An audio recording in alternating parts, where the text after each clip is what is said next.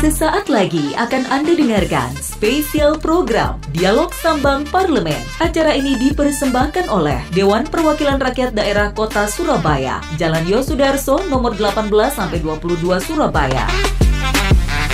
DPRD Surabaya, Omah Curhat Arek Surabaya. Assalamualaikum warahmatullahi wabarakatuh. Selamat pagi sahabat Sonora. Terima kasih Anda masih mendengarkan Sonora FM 98 Surabaya. Pagi hari ini saya Andri Komarudin menghadirkan program acara yang selalu Anda tunggu kehadirannya, karena melalui program acara ini banyak informasi dan inspirasi kita dapatkan seputar dinamisasi kota Surabaya, khususnya bagaimana rekan-rekan dari legislasi menyikapinya dan memberikan evaluasi serta pandangannya. Nah, sahabat Sonora, berbicara kinerja dari BUMD Kota Surabaya, ini betul-betul mendapatkan sorotan dari teman-teman legislator. Dari beberapa BUMD yang dimiliki oleh Pemkot Surabaya, hanya sebagian saja menunjukkan performa yang positif dan mampu memenuhi target yang dipatok. Berdasarkan evaluasi capaian kinerja selama setahun terakhir, sahabat Sonora, hanya ada 4 BUMD yang sehat. BUMD ini dikatakan sehat karena berani dan mampu berinovasi, yaitu PDAM Surya Sembada Surabaya, PT Sier, PT KP Surabaya, dan BPR Sau. Nah, sementara beberapa BUMD lainnya ini masih dalam kategori belum stabil, mulai dari minimnya pencapaian laba usaha yang mendukung besaran target PAD, hingga masalah manajemen yang buruk. Di antaranya yaitu PDTS KBS karena biaya operasionalnya ternyata sama dengan pemasukannya. PD Pasar Surya dan PT Surya Karsa Utama atau SKU. Sebenarnya apa yang menjadi permasalahan di beberapa BUMD yang tidak punya performa yang positif ini? Lantas apa upaya yang bisa dilakukan oleh Pemkot untuk mengatasi masalah beberapa BUMD yang performanya tidak positif tersebut? Saya Andri Komarudin akan mengajak Anda semua sahabat Sonora ya, selama 1 jam ke depan di pagi hari ini berbincang bersama dengan H. Budi Laksono SH, anggota Komisi B DPRD Kota Surabaya dari fraksi PDIP, dengan topik bahasan upaya penataan BUMD Surabaya. Assalamualaikum. Waalaikumsalam, Pak Budi, kabar baik, sahabat Sonora. Matur nuwun, di sela kesibukan Anda selalu menyempatkan waktu untuk Radio Sonora. Siap. Di berbagai wawancara yang kami lakukan. Matur nuwun sangat Mas Budi. Baik, sahabat Sonora, saya ingatkan untuk Anda, banyak cara yang bisa Anda gunakan untuk menikmati acara ini. Anda yang suka menggunakan radio yang lama bisa menggunakan gelombang monolog kami di 98,0 FM. Sementara Anda yang mungkin sedang streaming di depan PC dan laptop, monggo silakan merapat ke sonora.go.id Play Surabaya. Sementara Anda yang penasaran seperti apa Mas Andri, seperti apa Cak Budi gitu ya, bisa tonton kami juga secara visual melalui aplikasi Xpis Radio ataupun juga live YouTube di waktu yang bersamaan ya. Baik, Cak Budi, Siap. Tadi di awal saya memberikan pengantar beberapa BUMD achievement, Ya. ada beberapa yang digoleki masalahnya apa gitu ya. Ya. BUMD menjadi persoalan klasik ini, Ya. Cak Budi ya. Ya. Bagi Pemkot selalu merugi. Ya. Bagaimana DPRD menanggapi hal ini? Ya, terima kasih Mas Andre. Jadi ya ini kita sharing-sharing aja ya tentunya, karena semua itu plus minus, dan saya sendiri ini kan di Komisi B ini masih baru ya. Betul. Jadi kalau dulu saya pernah di Komisi D, Ya. pernah di Komisi A, dan sekarang memang di komisi ini tidak lepas dari dengan pengawasan di BUMD ya. Jadi karena memang ada BUMD yang jenengan sampaikan, ini ada BUMD yang benar-benar sudah memberikan PAD kepada pemerintah Kota Surabaya, dan tentunya dengan juga masih di dalam pembenahan ya, karena di dalam perusahaan sendiri itu tidak lepas tentunya. Yang pertama, kadang itu yang kita masa transisi ya, ini kadang dengan kepengurusan dari pimpinan ya, bagian dari manajemen direktur, ini kadang kan masanya juga harus habis, nanti mengatur kembali. Beda dengan perusahaan yang memang memang perusahaan ini kita punya, kita atur. Sebenarnya tidak ada bedanya dengan pemerintah Kota Surabaya. Kalau ini memang merasa ini usahanya, badan usahanya. Jadi ada badan usaha yang selama ini itu sudah tinggal melakukan apa ya, secara aktivitasnya itu sudah tidak diragukan seperti PDAM. Jadi PDAM sendiri sekarang sudah nanti menjadi perseroda. Juga rumah potong hewan juga ini masih ada pansusnya perseroda juga, nanti diarahkan ke sana. Di sisi lain ada ini yang selama ini menjadi apa, perbincangan itu termasuk diantaranya PD Pasar. Nah, ini asetnya sangat luar biasa, tetapi belum bisa memberikan profit atau keuntungan atau PAD kepada pemerintah Kota Surabaya. Sedangkan RPH rumah potong hewan sendiri ini juga sudah nampak ya, termasuk kebun binatang dan Bank Surya Bank Surya Arta Utama ya. Jadi ini tentunya menjadi aset-aset pemerintah kota. Nah, termasuk share ini sebenarnya juga ada persentase dari saham dari pemerintah Kota Surabaya. Untuk mencermati, jadi yang selama ini sudah memberikan profit. Jadi 2024 ini PDAM itu sudah memberikan PAD itu sebesar 146 kalau nggak salah itu miliar. Ini kan berarti badan usaha yang sehat, gitu ya, yang sehat. Manajemennya pasti sehat. Nah, kalaupun ada perombakan dalam struktural atau mungkin masa habisnya, ini kan perlu dievaluasi lagi. Kalau mereka sudah baik, tentunya jangan nggak usah tinggal penataan manajemennya yang tetap dijalankan. Tinggal kalau PDAM itu saya melihat itu efisiensi, penataan dari pelanggan ini kan ditata, jangan sampai kebocoran mereka kayak mungkin dari industri. Nanti perizinannya seolah-olah itu rumah tangga, ini kan juga itu. Jadi ngomongnya rumah tangga tapi buat industri, seperti itu. Ini yang tentunya terus buat warga yang tidak mampu juga itu tentunya ada catatan-catatan sendiri. Jangan sampai kita tidak turun ke bawah. Lah PDAM ini sangat baik untuk turun ke masyarakat, termasuk sambang pelanggannya, sehingga tidak diragukan. Nah, pelayanan konsumennya, itu termasuk luar biasa kalau kita ngomong PDAM, Dan kalau kita bergeser lagi, jadi ya kalau PDAM mulai pembenahan itu saya rasa terus ya, dan tinggal sangat keterbukaan juga dengan pengaduan-pengaduan itu terus dilakukan, termasuk misalkan sampai ada istilahnya air ini dimatikan, itu kan diumumkan ya, kalau ada perbaikan kan itu kan air keruh itu pelayanannya sangat luar biasa. Dan setidaknya kalau kita ngomong PAD sudah memberikan profit. Yang penting itu benar-benar bisa diterima masyarakat. Kalau memang pelayanannya airnya lancar, bersih gitu loh, dan tidak banyak komplain, saya rasa kembali ke dalam kita market di mana ada produk yang sudah baik ya, mesti dia tidak akan melihat dari standar harganya. Betul. Di sisi lain PDAM ini juga harus diangkat juga terkait dengan produk. Ini produk yang PDAM itu ada produk minuman juga. Minuman seperti air mineral itu ya. Ini kan kalau dikonsumsikan ke semua dinas, ke perusahaan yang ada di Surabaya, saya rasa ini akan berkembang. Akan menjadikan income tersendiri, akan ada pemasukan tersendiri. Nah, seperti rapat-rapat ya, kita konsumsinya harus pakai air yang diproduksi PDAM, airnya itu air kemasan. Iya, air kemasan yang ada mereknya juga sudah ya. Saya lupa itu ya, jadi nggak sempat nih. Tapi saya minum juga air itu gitu loh.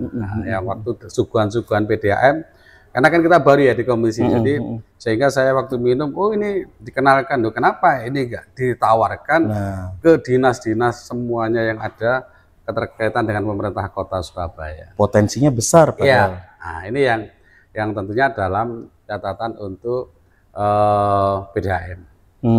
Di sisi lain, kalau kita berbicara untuk rumah potong hewan, nah, ini kan juga masih akan diperserodakan, mudah-mudahan bisa lebih baik. Ini sudah memberikan geliat ya, geliat keuntungan. Kalau nggak salah itu ada sekitar 500 juta atau berapa ya keuntungan, tapi setidaknya memberikan keuntungan daripada yang lalu-lalu kita penyertaan modal tetapi tidak mendapatkan profit. Karena kemarin kan masih transisi ya, masih pindah-pindah itu ya. Nah, saya melihat yang harus diperbaiki di dalam nanti kalau sudah menjadi perseroda itu kan ada rumah potong hewan, ada rumah potong unggas, juga mungkin menjual produk, jadi kemasan yang diniagakan. Jadi frozen food begitu? Iya, makanan beku, daging beku. Betul, yang harus dikonsumsikan. Jadi membuat pentol ya. Nah, ini yang juga nanti bagian dari setidaknya untuk meningkatkan PAD. Nah, jadi tapi ini pun tentunya harus didukung oleh pemerintah kota. Saya tidak tahu ya terkait dengan kalau selama ini pemberian penyertaan modal, tetapi apakah mungkin bisa kalau misalkan sarana prasarana ini melalui hibah ini diberikan ke peralatannya ya. Saya melihat peralatan untuk potong, untuk kemasan, ini kan harus bisa lebih baik gitu loh. Lebih higienis dan tentunya bisa menjadi andalan ya produk itu. Jadi alat untuk membuat sosis atau pentol atau daging yang harus disuplai.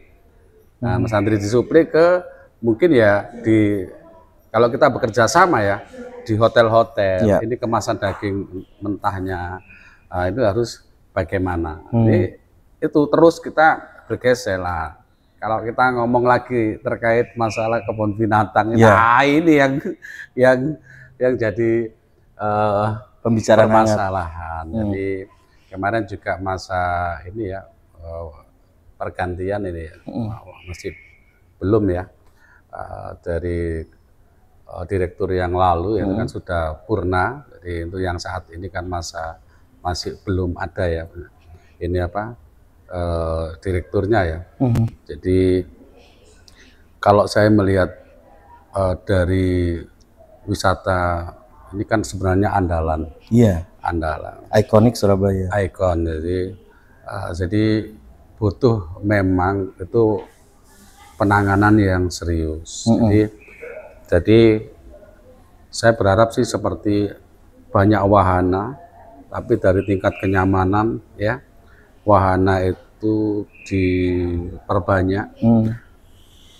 Jadi saya melihat, saya sempat ke kebun binatang juga, tempat mungkin ada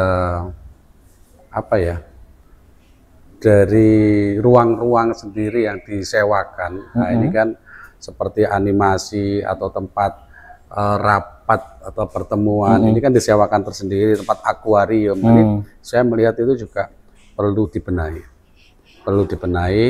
Dalam hal jenis ikannya. Kadang-kadang saya lihat akuarium itu ikannya satu. Wah, ya bener ya. Nah, kalau ini diperbanyak dengan daya tarik masyarakat, dengan promosinya, dan tentunya tidak lepas kita harus berhitung dalam hal tarifnya. Jadi kalau sekarang itu 15.000, kadang di dalam wahana yang lain yang berbayar itu kan juga mungkin harus dilibatkan jadi satu, menjadi tiket terusan bisa singgah di semua itu walaupun dengan harga yang penting terjangkau. Nah, ini tentunya butuh kajian juga. Gimana pun kalau sesuatu yang baik, harga tiket dinaikkan. Nah, ini pasti masyarakat bisa menerima. Kenapa? Saya juga kalau ada keuntungan, saya yakin jaminan gizi, asupan makanan yang diberikan kepada hewan-hewan ini bisa terjamin. Bisa membuat, ya saya sendiri itu di rumah punya hewan piaraan ya. Tapi kalau kita telaten, mereka itu loh bisa menunjukkan sesuatu, karena auranya beda sendiri. Gitu loh. Ada sinergi tersendiri yang menarik orang untuk datang kan seperti untuk ngasih makan gitu loh. Melihat kondisi ini, jadi ada dalam nurani kita itu sebenarnya untuk melihat, kalau kita melihat dengan kondisi yang kotor itu kita hanya bisa mencaci, kita hanya bisa mengkritisi. Lah inilah, ayo sama-sama kita buat ikonnya kota Surabaya ini, kebun binatang Surabaya ini menjadi lebih baik, lebih menarik. Kadang orang itu sudah wah naik itu bingung, tapi sesuatu yang mahal, ya yang penting kita memberikan sajian, memberikan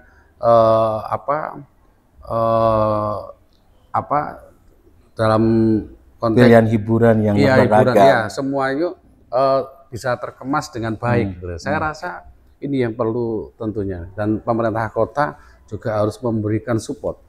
Dan ini terbukti di PDAM Surya, kepuasan pelanggan ketika terjamin, mau menaikkan tarif, pelanggan masih kooperatif ya. Oke. Ini yang mana? Yang pasar? Yang PDAM Surya Sembada. Sama gitu loh kan.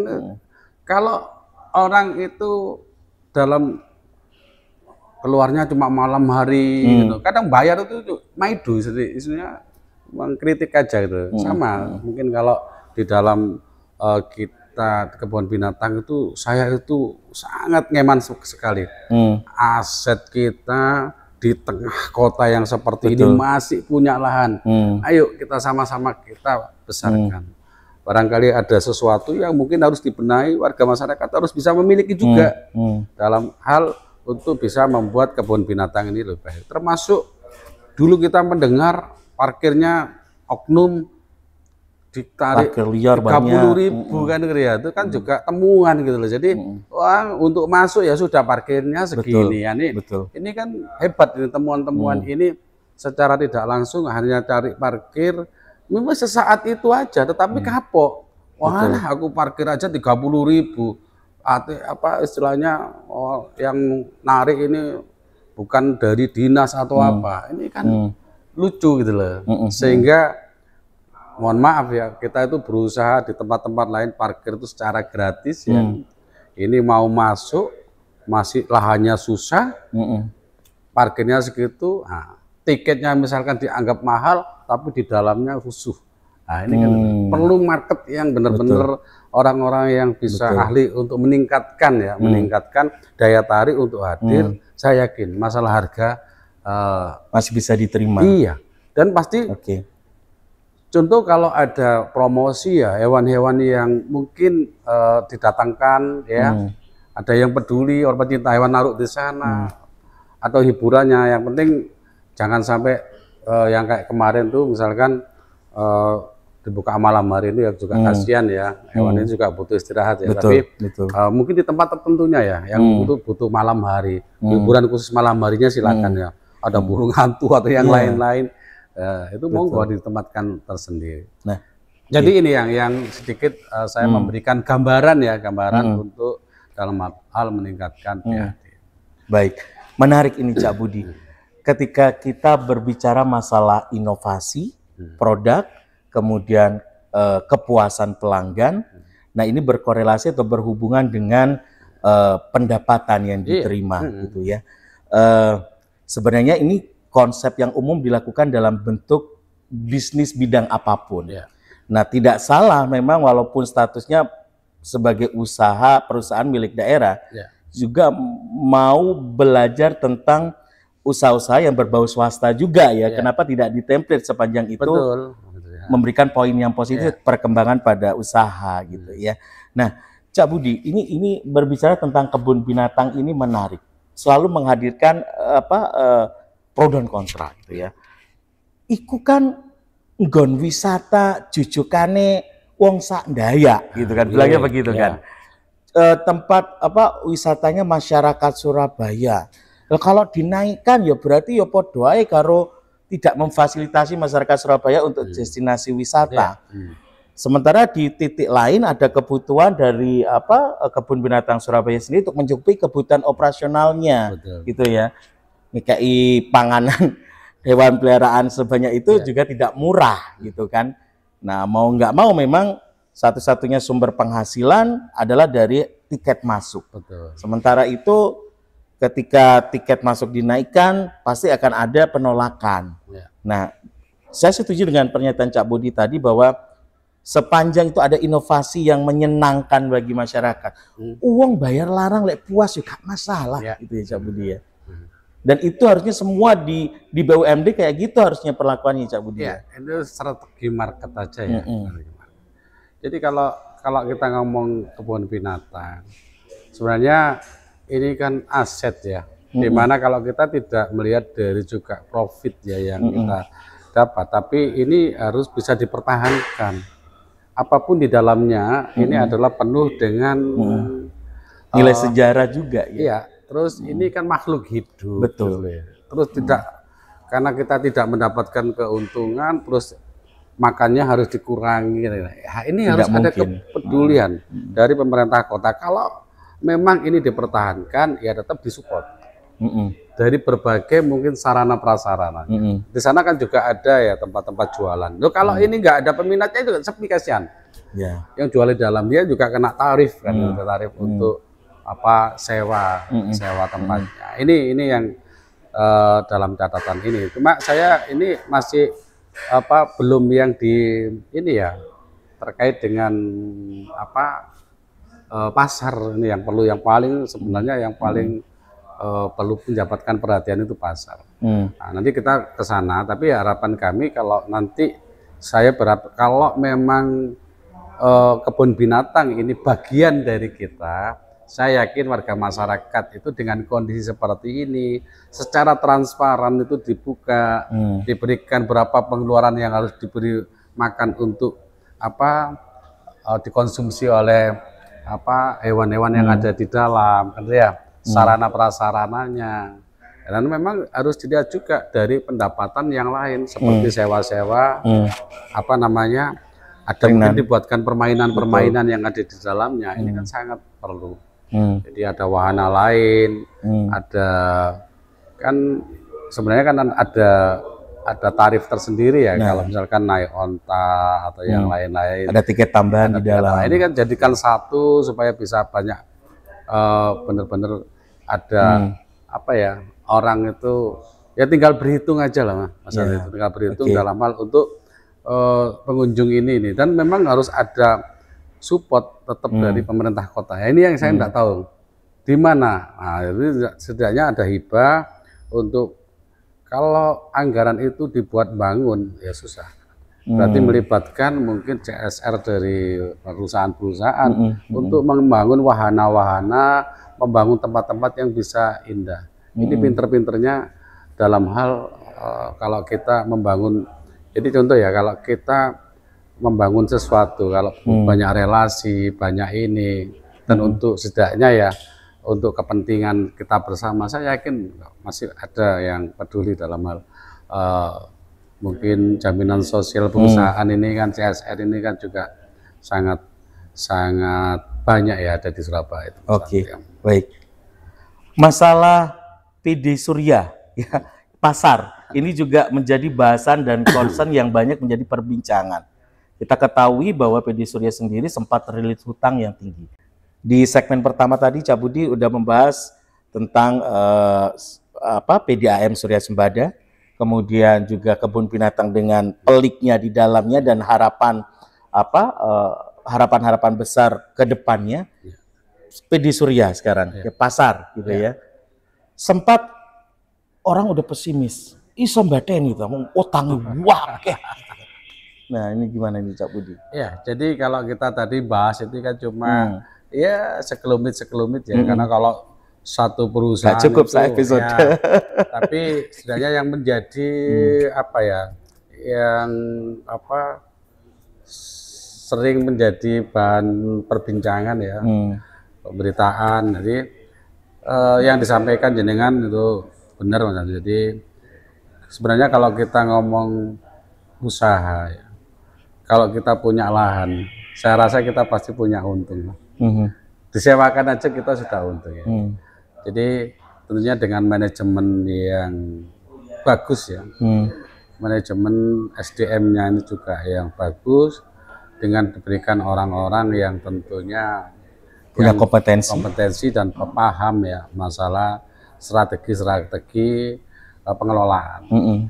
Jadi memang kalau yang sekarang ini saya mendengar, jadi sepeninggalan dari yang lama. Itu contoh ternyata masih ada sewa-sewa stand yang nilainya itu mungkin ya sangat cukup fantastis, tapi sewa standnya itu habisnya sampai 2030 sampai 2035. Oke.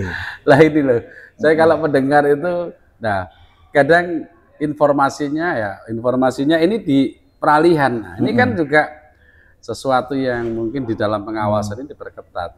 Sudah berganti yang jualan ini, tetapi setelah saya diskusi itu disampaikan bahwa oh ternyata orangnya ditatangkan, yang pemilik awal itu.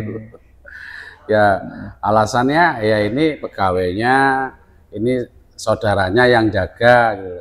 Ini yang terjadi di dalam diskusi saya dengan teman-teman PD Pasar. Jadi sehingga butuh sesuatu yang mungkin trik-trik ya, atau strategi, atau apa ya, sesuatu hal yang bisa merubah mindset yang selama ini. Jadi pasar ini juga sering terjadi kebocoran di area parkir. Ini sangat luar biasa ini. Kalau parkirnya dibuat one gate, kan banyak contoh-contoh di tempat pasar-pasar itu yang apa parkirnya dikelola PD Pasar sendiri. Sedangkan dari penghasilannya, pendapatannya ini kan sebenarnya bisa berhitung dari keuntungan. Ini saya yakin ngelola parkir itu sangat untung. Apalagi di daerah kayak kita ngomong di pasar Tunjungan itu parkirnya kadang di dalam itu parkiran. Nah, ini cuma ada informasi bahwa mereka ini sudah turun temurun.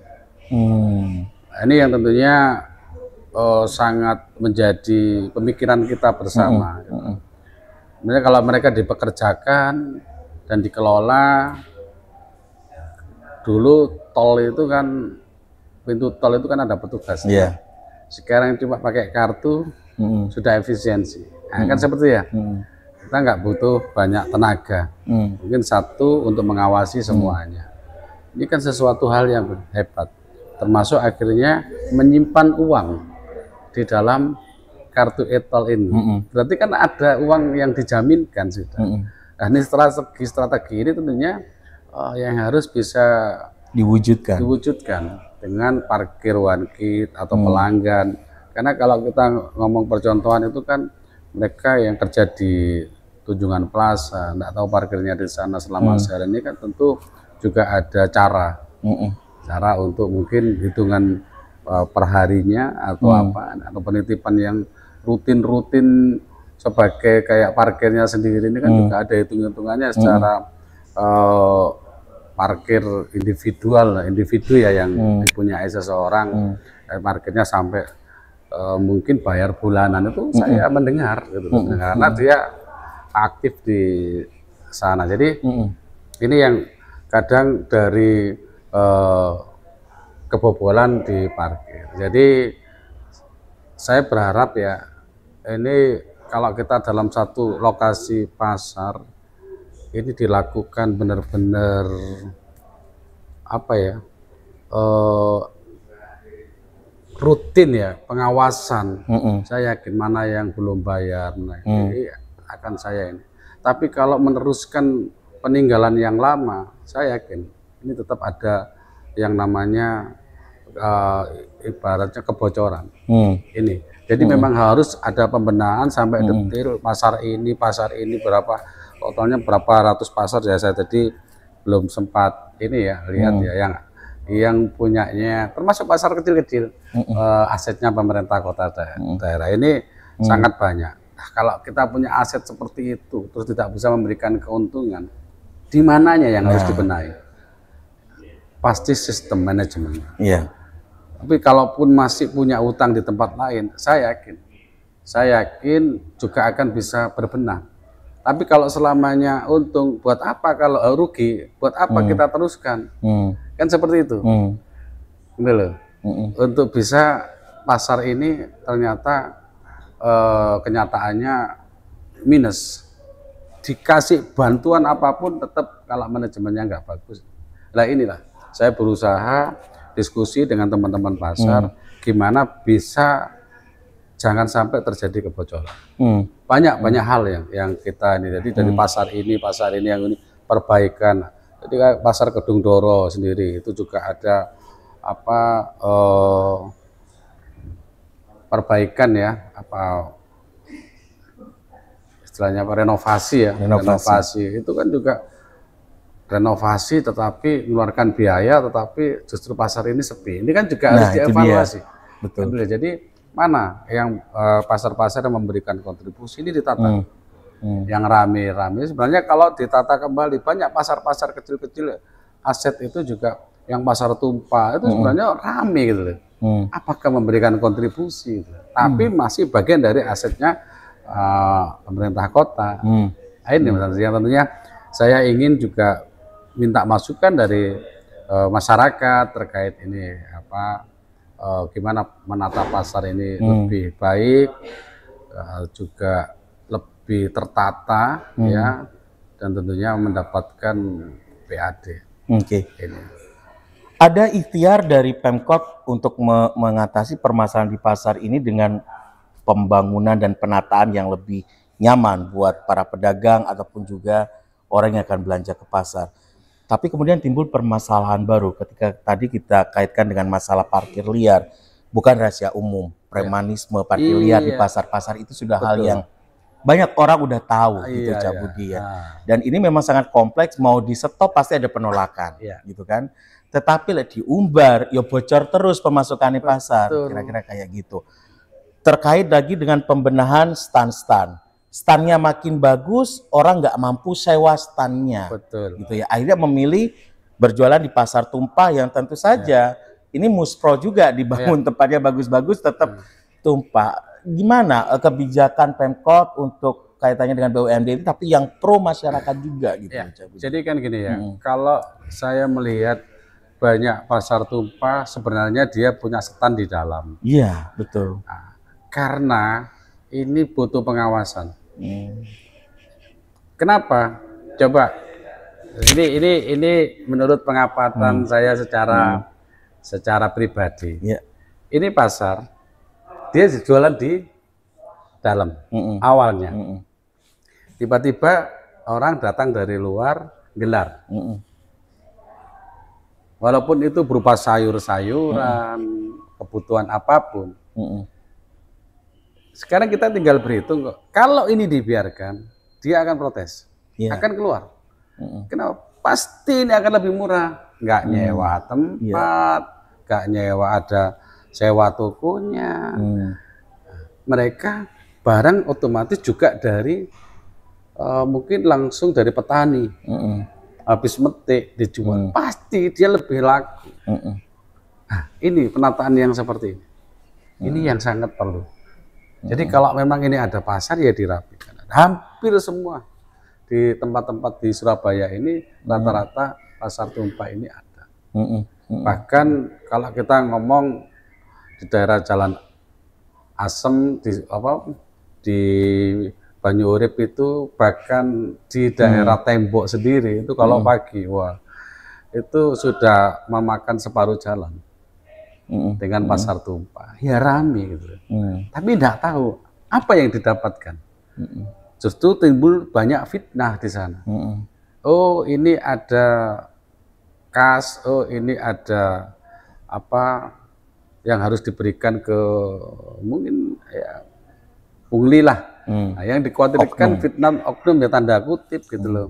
Oh kok dibiarkan? Oh berarti ada setoran. Gitu ya. Ini akhirnya timbul hal tersebut yang ini misalnya menjadi catatan. Jadi memang harus ada aturan-aturan yang dipertegas dengan kondisi ini. Satu, membuat menata kota ini lebih baik.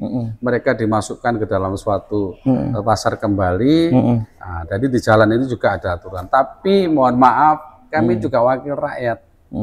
Mereka itu tetap mengadu ke kita. Dengan kondisi yang sudah puluhan tahun menjadi turun-temurun juga. Lah ini pembenahan yang ini kan harus adil juga. Nah, Tapi ada sesuatu hal kalau kita ngomong pasar, tunjungan, yang apa? Yang SWK juga itu mendapatkan perhatian juga, pengawasan dari pemerintah kota melalui dinas koperasinya itu juga bagus. Mereka itu bisa menata jam-jamnya gitu loh. Waktunya jualan. Bahkan kalau siang kalau kita ngomong di genteng aja itu buat parkir. Sore sudah buat jualan. Ini kan berarti sudah tertata. Kenapa yang lain tidak bisa? Ini melalui dinas koperasi ya. Nah, kalau ini kan PD Pasar juga mungkin nggak ada bedanya kalau kita mau menata di sana. Oke. Berbicara tentang apa BUMD yang sudah positif, biarlah ini berjalan positif pencapaian, tetapi evaluasi juga masih terus ada karena tidak mungkin hanya puas di tempat, gitu kan. Melalui perbincangan ini masyarakat luas pendengar Sonora bisa paham, oh BUMD itu yang bermasalah, oh BUMD itu yang bermasalah. Ada lagi BUMD selain pasar, selain kebun binatang yang perlu diinformasikan. SAO ya, Surya Arta itu gimana itu, Cak? Itu sebenarnya bank itu bukan kategori bank-bank yang ada di ini kan, tergantung dari permodalan ya. Ini kan juga asetnya pemerintah kota. Jadi kalau untuk membesarkan, jadi memang kalau di dalam perputaran ya, memang dengan Bank Jatim juga pemerintah kota ini juga ada sedikit ya, mungkin aset atau saham di sana. Tetapi kalau memang ini pure SAU ini kenapa setidaknya ini mungkin dari gaji-gaji OS ya bisa dialihkan ke sana dengan jaminan-jaminan untuk kalau untuk jadi SAU ini sudah banyak membantu di pedagang dengan pengajuan kredit lunak ya. Nah, tapi kalau misalkan semua ini dari untuk membesarkan ini memang butuh permodalan. Saya sendiri melihat yang namanya kantornya itu juga butuh pembenahan. Iya, kita mau masuk ke suatu tempat untuk menitipkan barang, saya akan melihat jaminanmu apa. Itu kan gitu ya? Betul. Kalau kamu punya gedung yang mewah dan benar-benar sering ada memberikan jaminan atau memberikan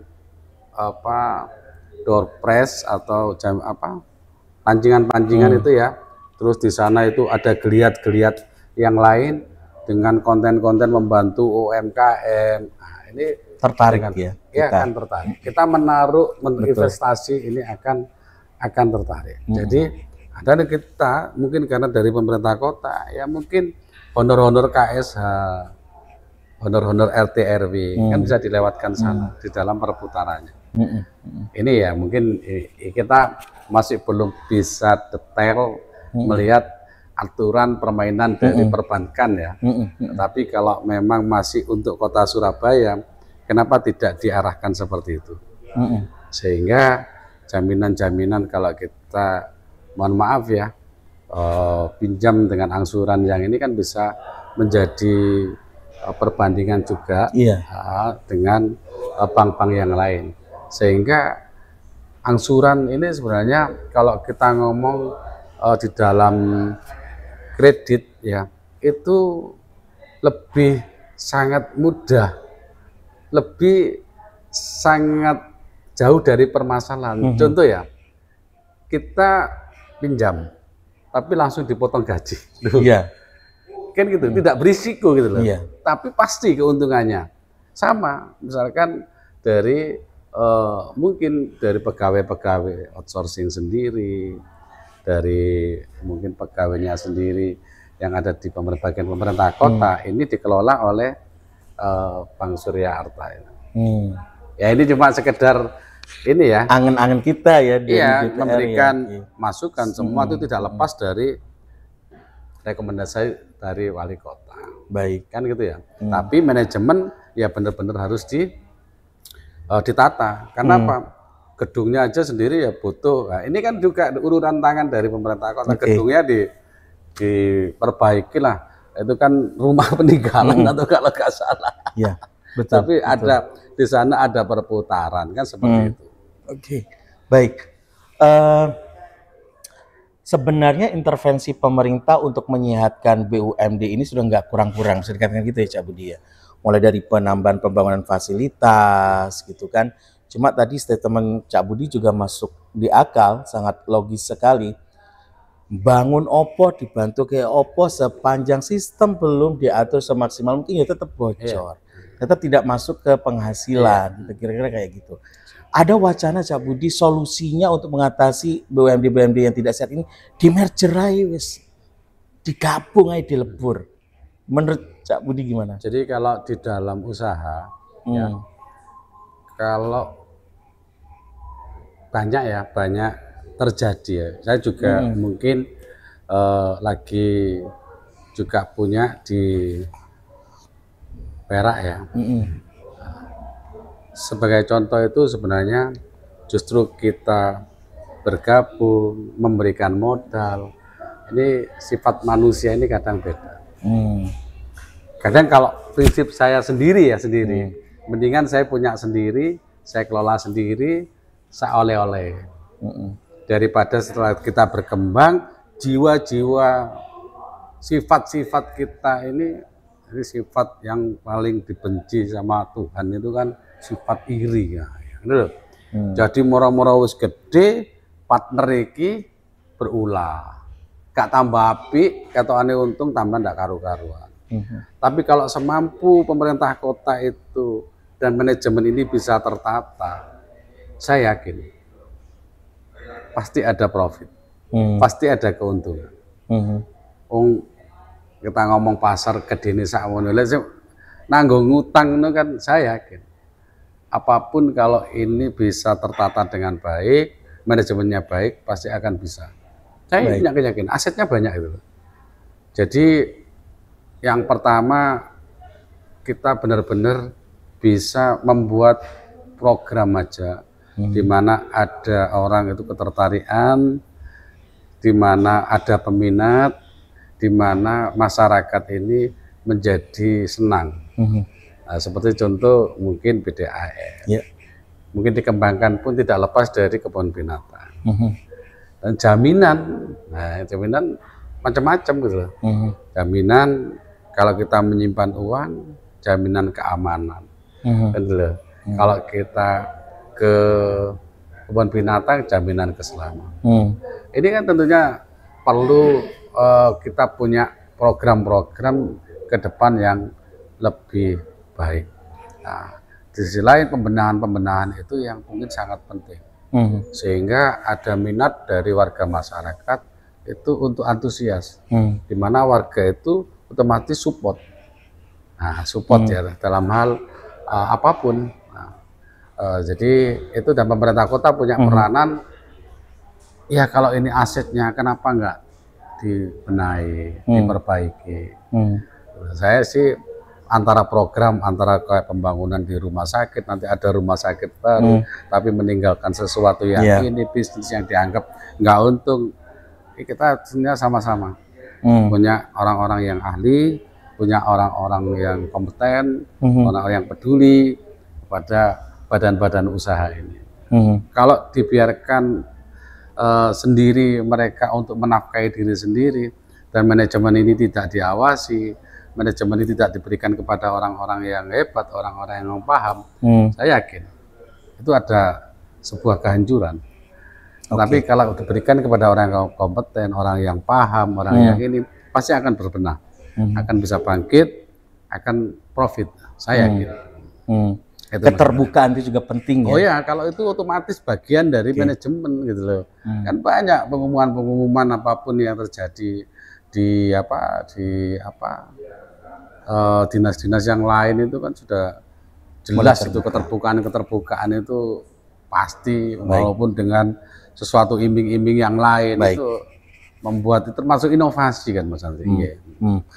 Statement Cak Budi tadi sebenarnya bisa saya bilang adalah harapannya juga ingin jenengan sampaikan sebagai closing dari perbincangan ini. Saya belum kasih kode untuk harapannya apa, Cak Budi sudah menangkap apa yang saya inginkan gitu ya. Cak Budi waktu sudah habis betul-betul sangat ya kesempatannya di perbincangan kali ini, dan memang tidak terasa sahabat Sonora kalau perbincangan itu mengalir, sangat menambah wawasan, keterbukaan ya. Tapi bagaimanapun juga waktu yang membuat kita harus mengakhiri perbincangan kita di program Dialog Sambang Parlemen untuk khusus episode kali ini. Budi Laksono SH, anggota Komisi B DPRD Kota Surabaya dari fraksi PDIP. Matur nuwun sangat. Siap, Nggih. Mas Andri. Tetap mengawal kepentingan rakyat, sehat selalu. Ya, Nggih. tetap pokoknya butuh yang namanya seperti ini, info-info. Nanti kan dikoreksi Nggih. sama warga masyarakat. Oh, mungkin aku kontak Mas Budi rek terkait yang disampaikan ini tentunya untuk perbaikan, Betul. untuk supaya bisa bergeliat. Ini kan tentunya dengan ini dilihat dari masyarakat ini, insya Allah mudah-mudahan ada input lah buat kita semua untuk Surabaya. Wawasan bertambah dari Anda tidak tahu menjadi tahu, sepelik itu loh masalah BUMD di Surabaya, dan KPU Uang betul peduli ya. Nah, tentu saja feedback dari Anda masyarakat luas menjadi masukan bagi teman-teman di legislator untuk juga menjadi bahan bakar ataupun juga basic perumusan apa kebijakan yang tepat untuk didiskusikan bersama untuk mengatur atau menata kembali BUMD Surabaya ini agar semuanya menjadi BUMD yang sehat. Saya Andri Komarudin harus pamit dari acara ini mewakili segenap tim dan kru yang bertugas. Terima kasih banyak. Sampai jumpa. Assalamualaikum warahmatullahi wabarakatuh. Waalaikumsalam warahmatullahi wabarakatuh. Terima kasih telah Anda dengarkan spesial program Dialog Sambang Parlemen. Acara ini dipersembahkan oleh Dewan Perwakilan Rakyat Daerah Kota Surabaya, Jalan Yosudarso nomor 18-22 Surabaya. DPRD Surabaya, Omah Curhat Arek Surabaya.